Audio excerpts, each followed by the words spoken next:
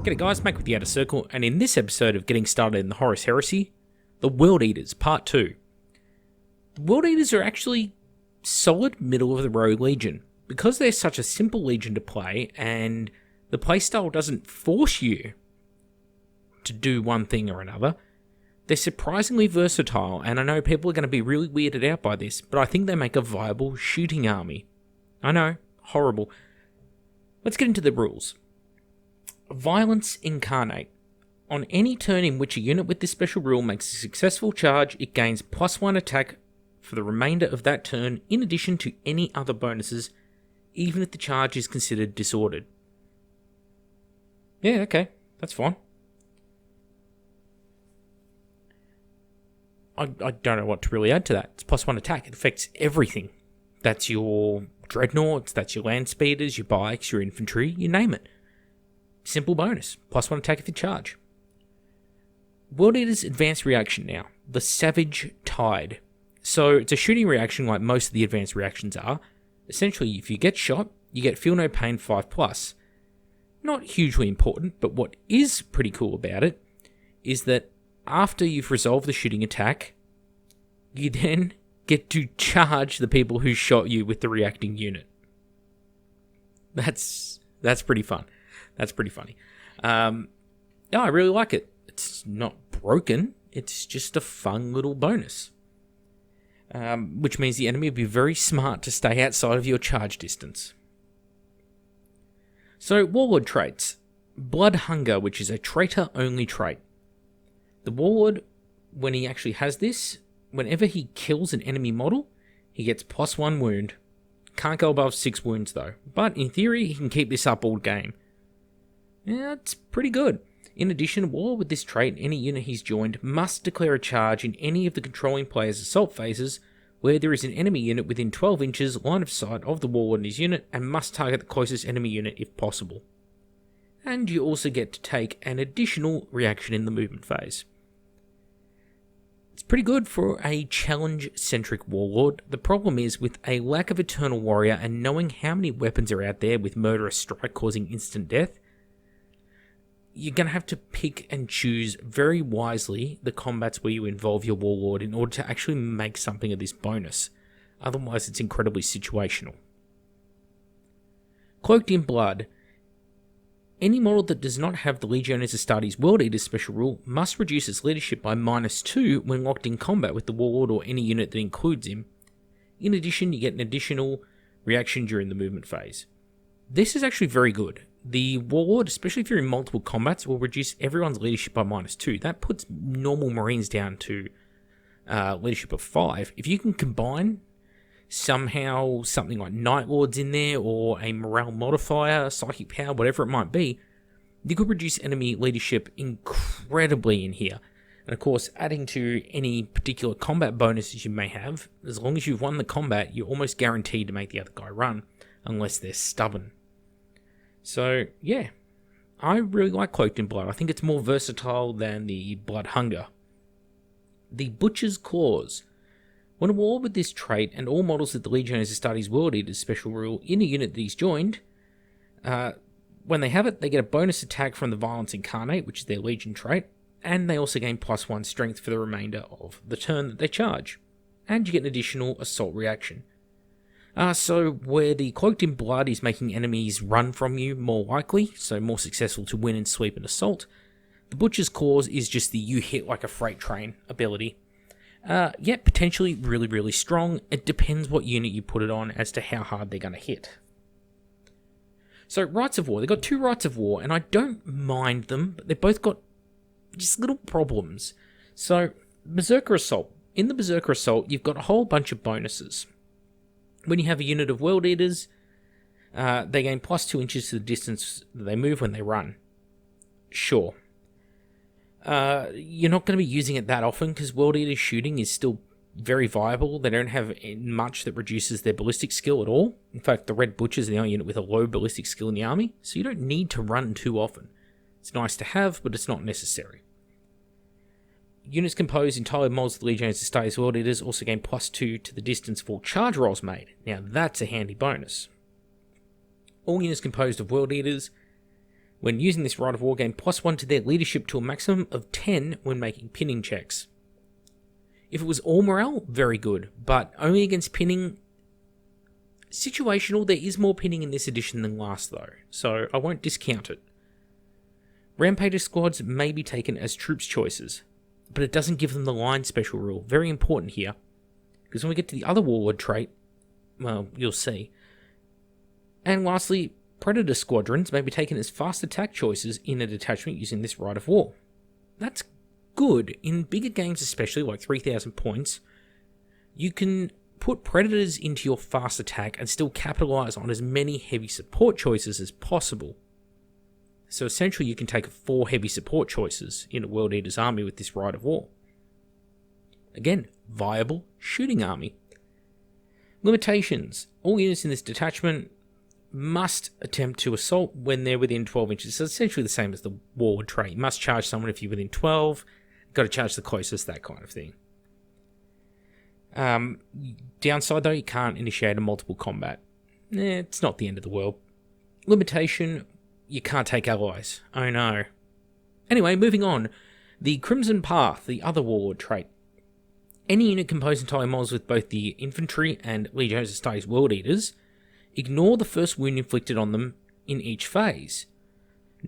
Now, at first I thought this was a really good rule, and then I realised it's pre-saves and damage mitigation. So you don't get to roll an armor save and feel no pain, and then if the wound still gets through, you ignore the first one. No, it's just you basically remove one from the wound pool. It's good, but it's not great. It's going to be really good in something like, I don't know, a random Vindicator shot hits a unit. You just ignore that Vindicator shot before it applies any of its bonuses, for example, the first one. It's something, but nowhere near as good as it seemed at first. All independent characters in the detachment gain It Will Not Die 5+ when outside their own deployment zone. Now that stacks really well with the Bloodhunger Warlord trait, the gaining extra wounds. So gaining extra wounds and regenning them, very strong, but it's only going to affect the Warlords. Again, very situational there. Having the It Will Not Die on your other characters, it's a good chance to, 1 in 3 chance of getting one of their 2 wounds back. Could come in handy, maybe better on a Centurion in Terminator armor where they got that extra wound. Yeah, I could see it being helpful there. It does not stack with other forms of It Will Not Die, very important. And lastly, Rampages squads in this Rite of War, they gain the line unit subtype. So one here makes them troops, one makes them line, but neither makes them both. That is annoying. I think this is the better Warlord trait for the Rampages, because them scoring means you could potentially have, if you took all 4 elite slots as Rampages for some reason, and you took all of your tactical squads or something in troops choices, then you could have up to 10 scoring units in a World Eater's army. That's huge compared to most other armies and what they're able to bring to the table. Scoring is a huge thing in the Horus Heresy, guys. I'm going to do a video soon enough going through just objective missions in this game, but the core missions of the game. And I can't stress enough just how important it is to have a decent amount of scoring. It will literally win or lose you games more than killing the other player will. So, bizarre choices. Now, the limitations on this detachment must include more units composed of mods of the infantry rule than total number of units with other unit types combined. So essentially more infantry than tanks or speeders or dreadnoughts or whatever it may be. It's not the end of the world by any means. It's a limitation that most people got used to playing in the previous edition of the Horus Heresy with many other legions. And of course, a really painful limitation, may only take a single heavy support choice. Yeah, that's a pretty big limiting factor. I think the real pick of these two is probably the Berserker Assault. That's a very good Rite of War. Just lots of minor bonuses and no major detriment or drawback to it. Like, you're probably going to charge if the enemy gets very close to you anyway, because you're better when you charge. So you take the opportunity. So it's not a real limitation at all. And you'll still get a chance to shoot or blow the enemy away anyway. Yeah, I think the fact that you can essentially take 4 heavy support thanks to that Rite of War makes you an incredibly good shooting army. Combine that with the fact that World Eaters having the additional attack when they charge means that if you're running that particular Rite of War, Berserker Assault, enemy units, you can shoot at them with your heavy support squads. They get too close to your heavy support squads, all of a sudden you're running at them, bludgeoning them to death with more attacks with las cannons than they have on their tactical marines. How? I don't know. They're just very angry. But that's good. That gives you defensive options with a shooting army, which is insane. Now, War Gear. War Gear is a bit weird with the World Eaters, because I'm going to break it into 2 sections. There's the World Eater Berserkers section at the start here. So, your independent characters can be upgraded to Berserkers. When you do it, you're paying 20 points of the privilege. It can't be done to your Psychers. So this is the whole Butcher's Nails going into the head thing. You get Ravening Madman special rule, and you get +1 attack. Now, when you're in close combat, the Ravening Madman rule means that enemy strength is -1 when they roll to wound you. It does not affect, their strength when it comes to instant death. This is very important here. Additionally, any to hit rolls the enemy makes against you, you can as weapon skill 3 when it comes to those attacks. Yeah, combine Ravening Madman as well. You can't join units that don't have this special rule. So, you give this to your Warlord, he can't join any unit that doesn't have the rule. And because the instant death is still very real, the sorts of weapons that you want -1 strength on are things like Thunderhammers. They still are going to wound you on 2s. They're still going to be strength 7. So they're still going to wound a toughness 4 marine on 2s, and they're still brutal, and they still cause instant death. So it is very bad at its intended purpose here. Probably because, this is just shooting into the air, I don't think the writers looked back at this rule after adding brutal weapons into the game and looking at what the effect of them could be. It's really bad for the unit. It really is, and I'll get to why when we get to the Red Butchers. So I don't like it at all. And the Savage Fervor, which is any World Eaters model in the army which has a chainsword, may exchange it for free for a chain axe. It's better, it's +1 strength, but it's no longer the AP4 auto-include it used to be. When it was an AP4 auto-include, you took it because you could ignore the armor saves of things like Thalax or Ursarax, Solar Auxilia, Imperialis Militia, etc. Now, it's free, so you may as well take it, but it's not as good as it used to be. It's not an auto-include, and it's only chainswords, very specifically. So, close combat weapon doesn't replace it. Actually, it has to be a model with a chainsword first, which often means upgrading to a chainsword, so you're still paying for it anyway if you want to take one. Yeah, I don't know, not as good. Then we move on to the Cutaway weapons. They're better than the previous edition, I'll give them that. They're still not the greatest in the world. Meteor Hammer first, +2 strength, AP4. It's not too bad. It's melee, it's two-handed, it has the Reach 1 special rule. It's kind of handy. And breaching, 5+. So, the fact that it can strike initiative, it's going to be able to instant kill with no feel, no pain, things like Solar Auxilia, Imperialis Militia. You'll wound Thalax on 3s. You will have the breaching, so you can hurt Marines, but I wouldn't depend on it. I think Meteor Hammer is going to be really good on units you can throw into enemy chaff units, the sort of units that would normally hold up Marines or a Dreadnought for 4 game turns because there's 20 or 40 militia with an apothecary or something. This is what you throw the unit into with that weapon. Then there's the Excoriated Chain Axe. +2 strength, AP3, melee, two-handed, shred, so rerolls to wound. At strength 6, it's not bad. Murderous Strike 5+, very good. And unwieldy. There's no rending. There's no breaching. It's AP3. You're not going to hurt other characters. If this had rending and breaching as well, I'd say fantastic weapon. But essentially, you're paying for a worse Power Fist. Because the enemy's just going to take 2-up Artificer Armor or 2-up Terminator Armor saves against you all day long. And you're praying that what few attacks actually make it to the person are going to get through, and that is not a wise bet. So I'd have to say the Excoriated Chain Axe is not the greatest, not when you're paying a 15-point upgrade for these weapons. Yeah. It's weird as well because it says exchanges a chainsword, which means any Terminator armored model, for example, is not going to be able to take these weapons as well. Just, ugh. Okay, Felix Blade. Interesting one because if you upgrade a chainsword to a Felix Blade, then you get an extra Felix Blade for free, so plus 1 attack. Now, it's Strength +1, AP 5, Melee, Specialist Weapon, Rending 4+. So these little cookery knives are Rending 4+, but the giant Excoriated Chain Axe isn't. Okay, fine. Duelist Edge 1. Nah, it's not terrible. Probably a good option for independent characters, to be honest. It's giving you a 50-50 chance of ignoring the other character's armor. You're going to be hitting at Strength 5 most of the time. Duelist Edge, you're going to be fighting with those bonuses and challenges. Yeah, it has a place. And lastly, the Barb Hook Lash. Strength is user, it's AP 5, melee 2-handed, Fleshbane, reach of 1, rending 5+.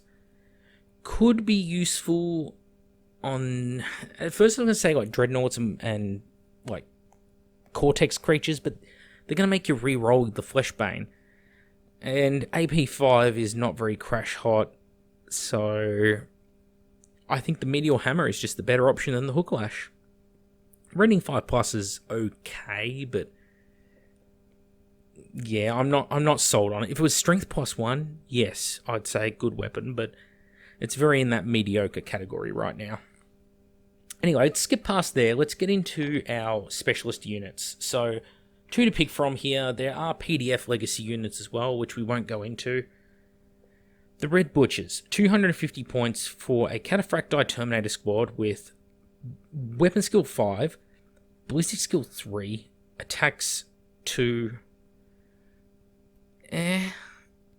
Okay, so, Ballistic Skill 3.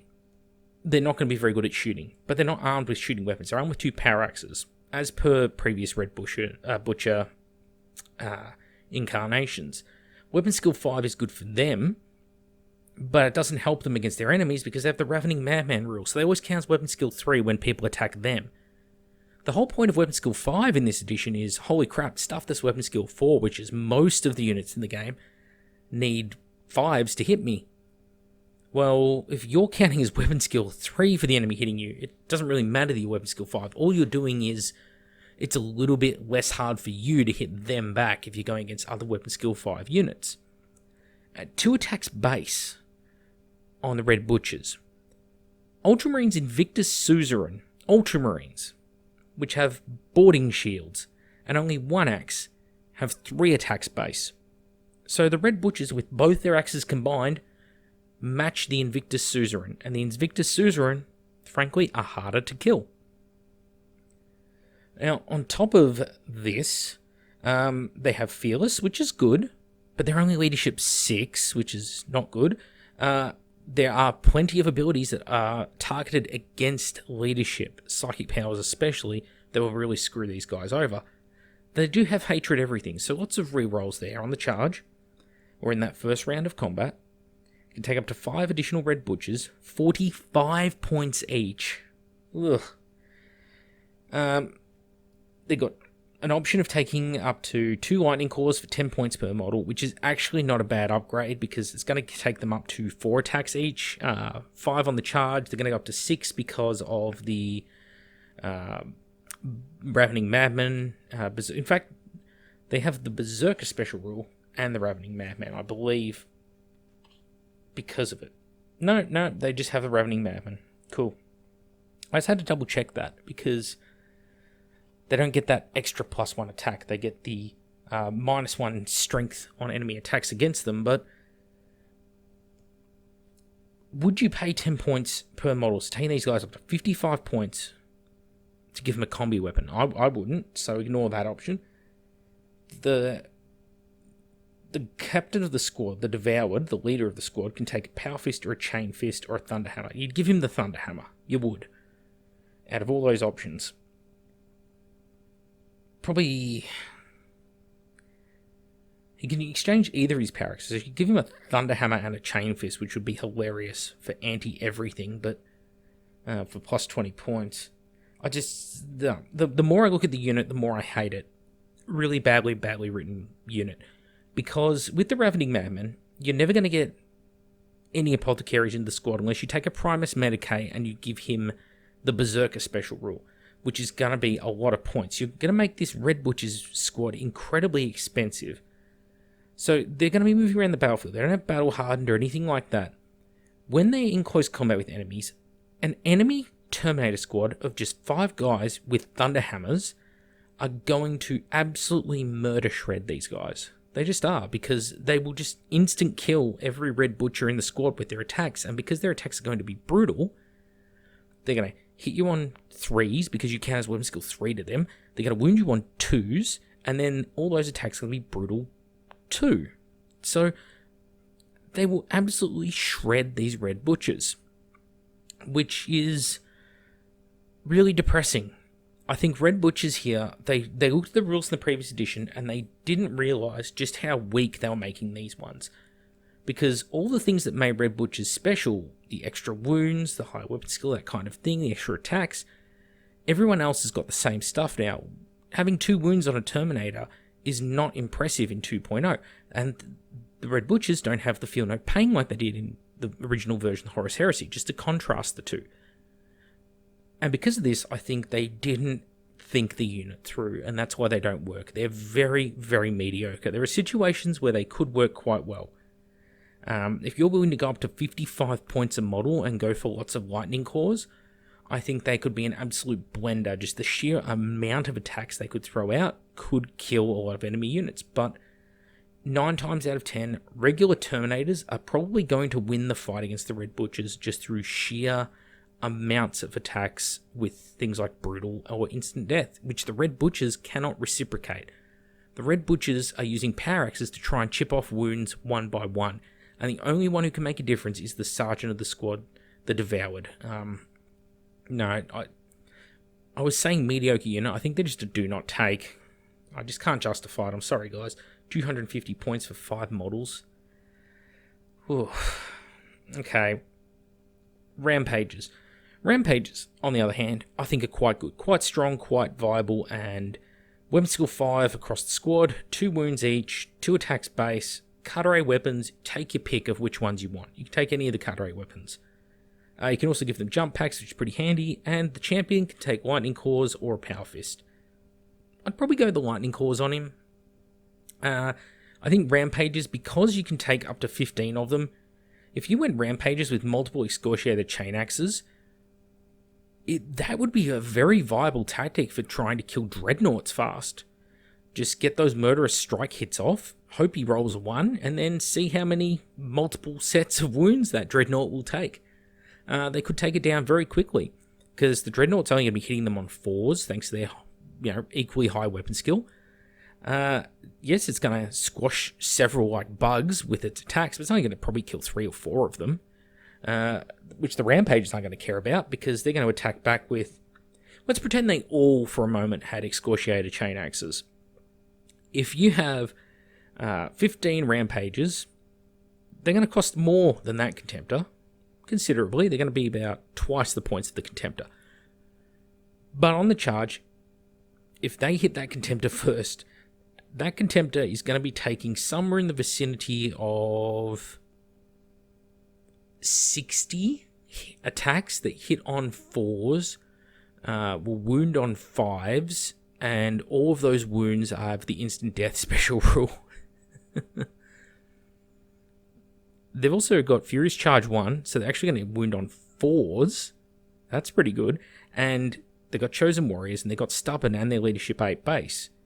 So, yeah, I think Rampages could be good Dreadnought killers, potentially. Especially they're going to be good monstrous creature killers.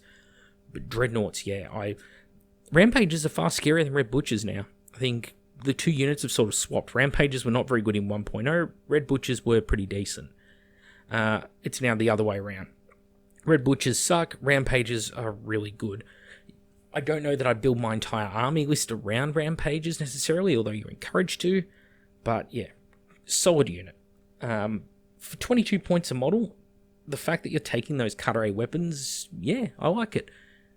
So that takes the end of the World Eaters. I think the World Eaters' hidden strength is making them a shooting army. They are a perfectly viable close combat army. Yes, of course they are. They're World Eaters. But a balanced play style with the World Eaters, we have some units dedicated to close combat and you have a lot of units dedicated to ranged combat, is perfectly valid. Because your ranged units are going to be extra strong on the defense. If enemy units try and, you would feel confident running a 10-man tactical squad into a 5-man enemy heavy support squad in most games. But if you're attacking a World Eaters Legion heavy support squad, you might think about doing that twice because they're going to throw a lot more attacks at you. They're good in that defensive option. Anyway, that's it for me. Make with the Outer Circle. Hope you all enjoyed the episode. World Eaters. Solid middle of the road Legion. Catch you all on the next one.